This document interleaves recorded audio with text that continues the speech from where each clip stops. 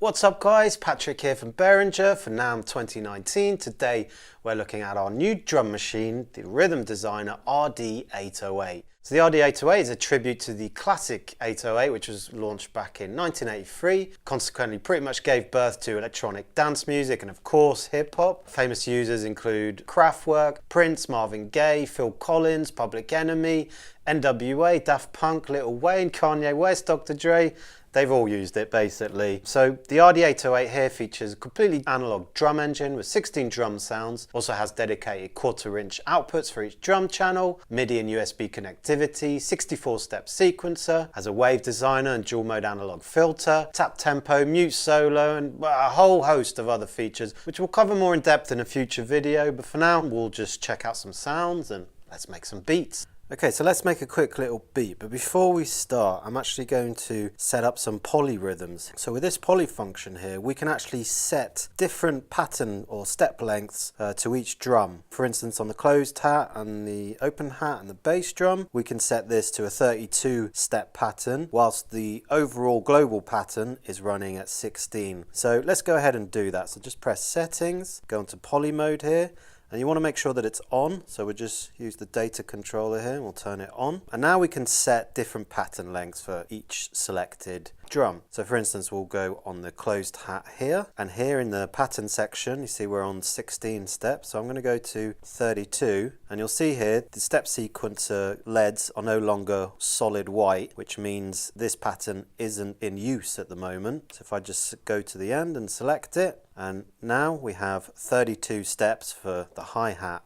So let's do that for the open hat as well. I'm going to keep it at 32, go on the bass drum, and again we'll do the same. So let's go ahead and we'll program a quick beat.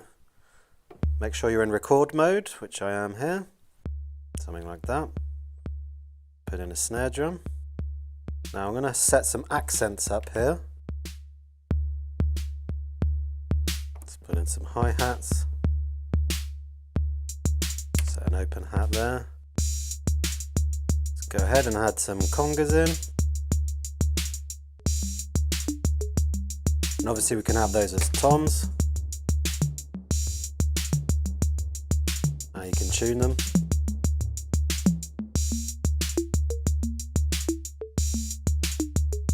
We have clavs or rim shot here.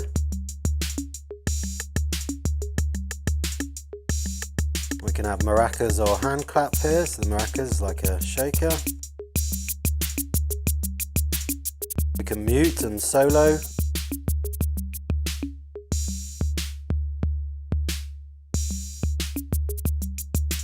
Solo. Obviously we have the almighty cowbell. Everyone wants more cowbell, right? We have cymbals and obviously hi-hats. Now let's check out the bass drum a bit. Obviously we have a decay, a tone and a tune. So we can tune the pitch. Got a tone, make it more clicky, all the way through to more muffled. And then we have the decay. So for the snare we have a tone.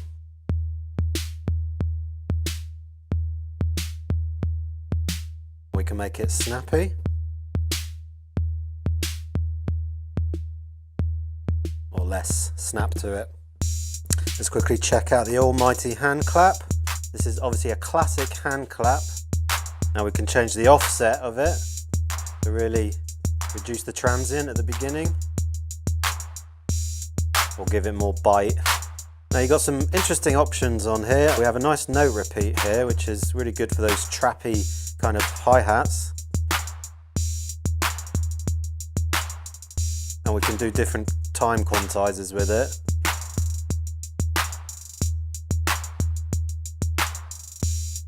Let's quickly take a look at the wave designer here. So we can have the wave designer on single drums. I'll just put it on all of them so we can really hear the effect.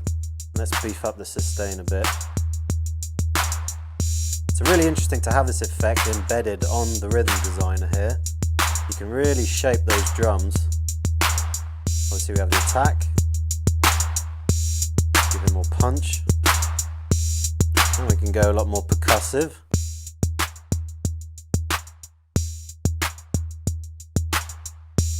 Bring down the attack. Very fun to play with. Now let's check out the filter. The routing works the same, so let's put that on. This is your low pass. The resonance up a bit. And we can also have it as a high pass filter.